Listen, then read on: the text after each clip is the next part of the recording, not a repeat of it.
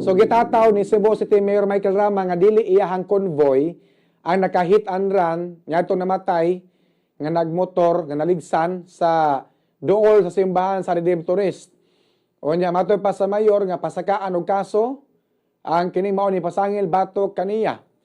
Pasakaan og kaso ni Cebu City Mayor Michael Rama nga katong mga tao nga nagpakatap og sayop nga istorya nga siya ug ang iyang convoy mao'y naka-hit and run sa usa ka batan-on duol sa simbahan sa Redemptorist ning dakbayan sa Sugbo niadto nga Domingo, Pebrero 4, tuig 2024.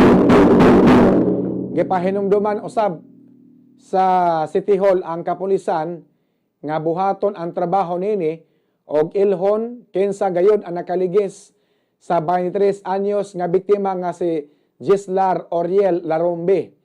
Gikaistorya karong adlaw ni City Administrator Colin Russell, si Colonel Janet Rafter, ang Cebu City Police Office Deputy Director, o gitahasan nga mutino sa hitabo og ilhon kinsa gayon ang sakyanan nga nakaingon sa kamatayon sa biktima. Atol sa flag raising ceremony kaganihang buntag, gisulti ni Mayor Michael Rama ang iyang kahingangha nganong nalabot siya sa maong panghitabo. Ngano kuno naapil iyang pangan nga tuwa man siya sa Bohol. Kinsa nang buanga, ako nang ipakiha sa akong anak. And do not stop looking for that person. File a case against them. Matod pa sa mayor, iyang gisultian niya na ang iyang anak nga si Attorney Mikel Rama nga diha sa flag raising ceremony kaganihang buntag.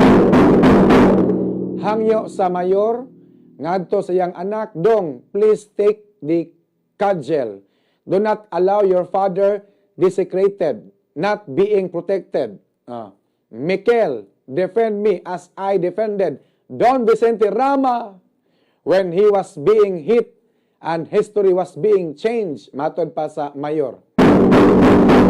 Si Don Vicente Rama, apuhan ni Mayor Michael Rama, mao'y nangamahan sa balaod nga naghimong chartered city sa Sugbo. Kahinumduman nga sakay sa iyag motorsiklo si Larombe, kanhi varsity player sa Don Bosco Technology Center Cebu o usa ka civil engineering graduate sa Cebu Institute of Technology University. Diyang gidumbulan o gibiyaan nga patay sa usa ka sakyanan nga nagasunod kaniya sa may Redemptorist Church.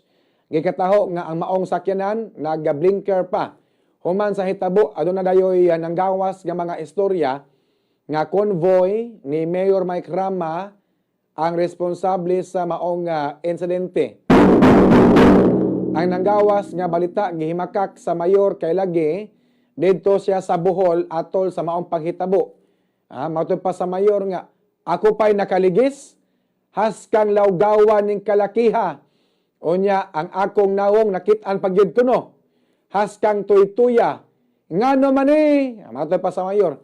Ing ana lang gyud ka demonyo ang nagpalibot dinhi sa syudad. Tiaw pa, tiaw sa mayor. Wa gani ko'y kalibutan sa hitabo, tu ako sa Bohol. Matod pa niya.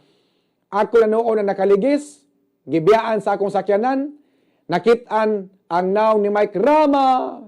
Yawa! Pahawa! Yes, yawa na nga tao.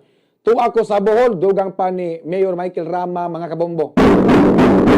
Matod pa ni Atty. Russell Colin, mahinungdanon nga mailhan sa kapulisan kinsa ang nakasala sa batan-on. Real victims yun ni sila. It was an utmost disregard of the law. Serious kayo ni siya. Matod pa ni Atty. Russell Colin, mga kabombo. Naman to'y motor nga nagsunod. Di mo pakita to sa kapulisan. Ang katong motor nga nagsunod, ginakita atol sa maong pagnagbangga. Mo hatag siya og impormasyon para pod niya makasugod na sa investigasyon ng atong kapulisan. Dapat mailhan kinsa sakay atong motor nga perting kusugas dagan niya gablinker pagyud mga kabombo.